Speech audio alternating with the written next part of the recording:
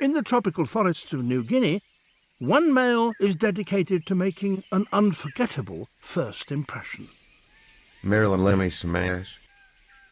He obsessively tidies every fallen leaf. Where are you, Marilyn?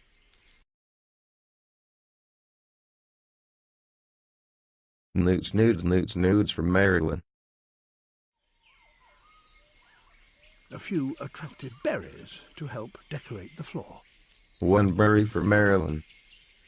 This too. His final touch is hardly ever seen. Baby grind on me, dum dum dum. Might he think he's found a bit of old snake skin?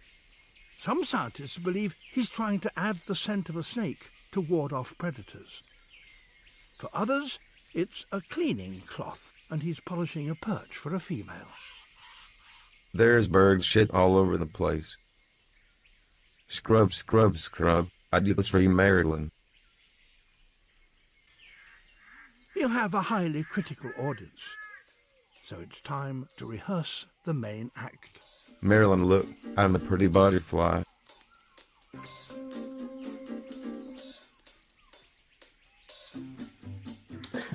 Türa, Fredy siuke pederast niimoodi, et siis ega sööb. Marilyn hopefully will let me smash.